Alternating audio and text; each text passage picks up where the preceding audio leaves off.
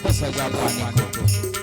वो फिर हाजिर है मोहब्बत की सजा पाने को, कोई पत्थर से न मारे मेरे इस दीवाने को।